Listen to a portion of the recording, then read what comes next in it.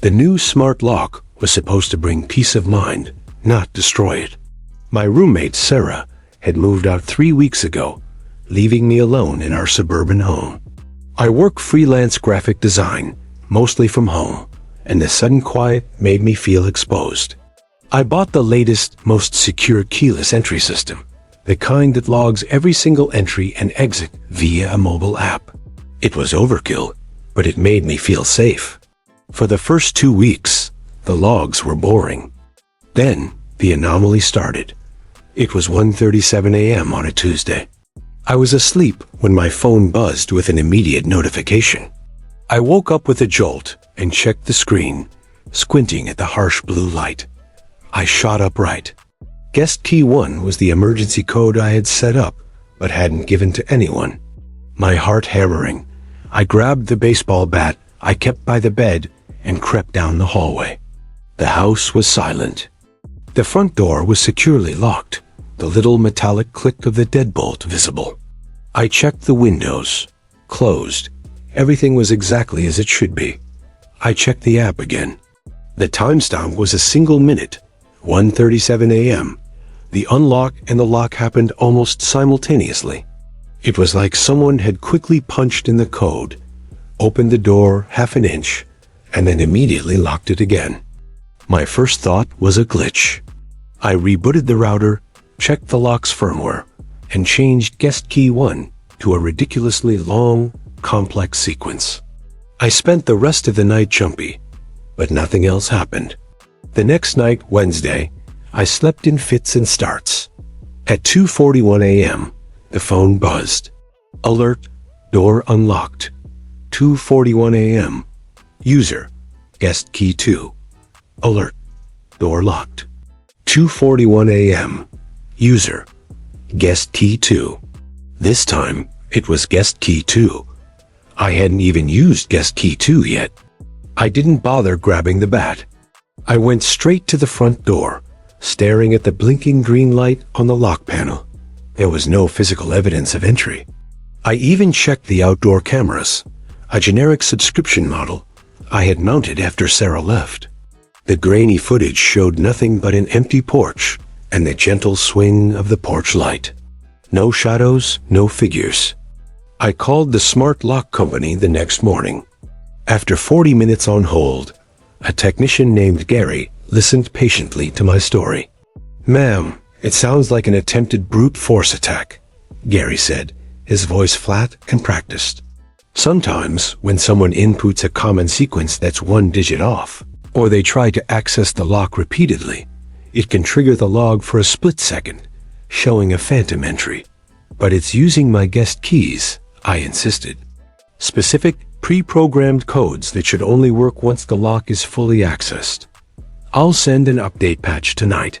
If it happens again, call us back." That night, Thursday, I didn't sleep. I sat in the living room, watching the front door, the log app open on my tablet. I felt a rising sense of dread. This wasn't a glitch. Someone was doing this deliberately. 4:05 a.m. The tablet screen flashed. Alert. Door unlocked. 4:05 a.m. User. Guest key 3. Alert. Door locked. 4:05 a.m. User. Guest key 3. It was the new code, the one I'd changed after the first incident. It wasn't a brute force attack. Someone knew my codes. I felt sick.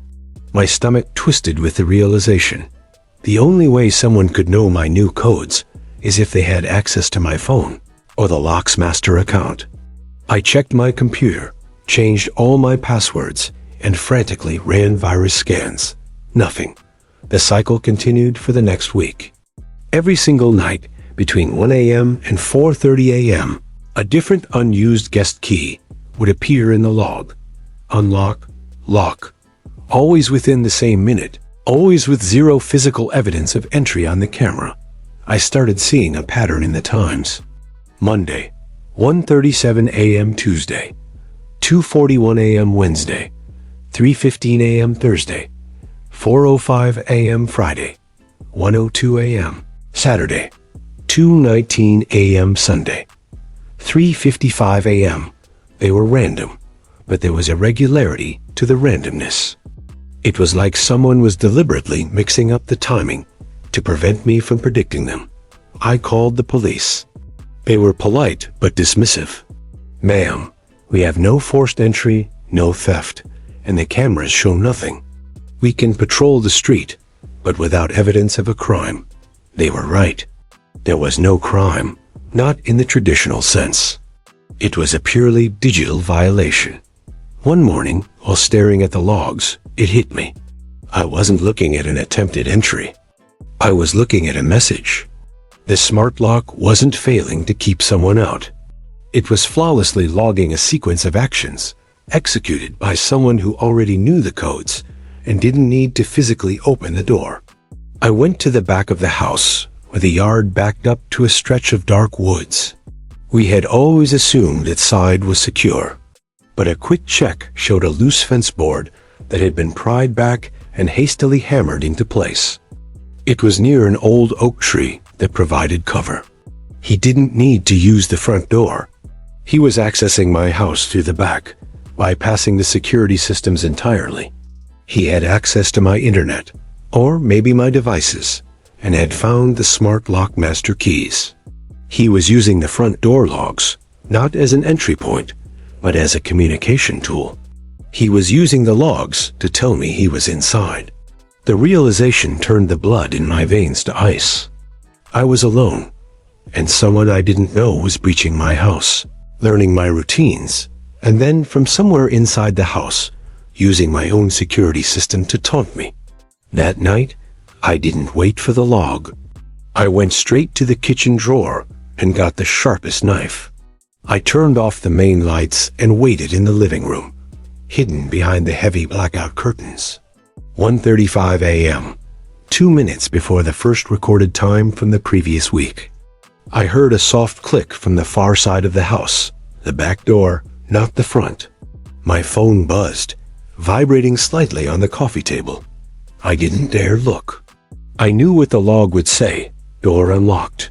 1:37 a.m. User. Guest key 8. Door locked. 1:37 a.m. User. Guest key 8. I heard a floorboard creak upstairs, right over my head. He was in the house. He was above me. He logged his entry as a way to prove he could do it, to terrorize me with the digital paper trail. He didn't want the door open. He wanted the notification to pop up on my phone while he was walking around upstairs. I didn't move. I heard the sounds of light, deliberate steps moving from the master bedroom to the hallway, pausing at Sarah's old room. Then, the final sound that broke me. A small, dry cough, muffled by the ceiling, followed by the faint hiss of something being turned on. The gas burner on the stove? I didn't wait to find out. I ran out the front door, leaving my phone, my keys, and the whole house behind. The police found nothing but the unlatched back fence and a single new entry in the smart lock history from 1:37 a.m. The house was untouched, nothing stolen. But I know what those logs meant. They weren't alerts about a faulty lock. They were postcards from the inside, letting me know he had been there and that he was watching me leave. I never went back. But sometimes, late at night, I check the logs on the cloud server, just in case.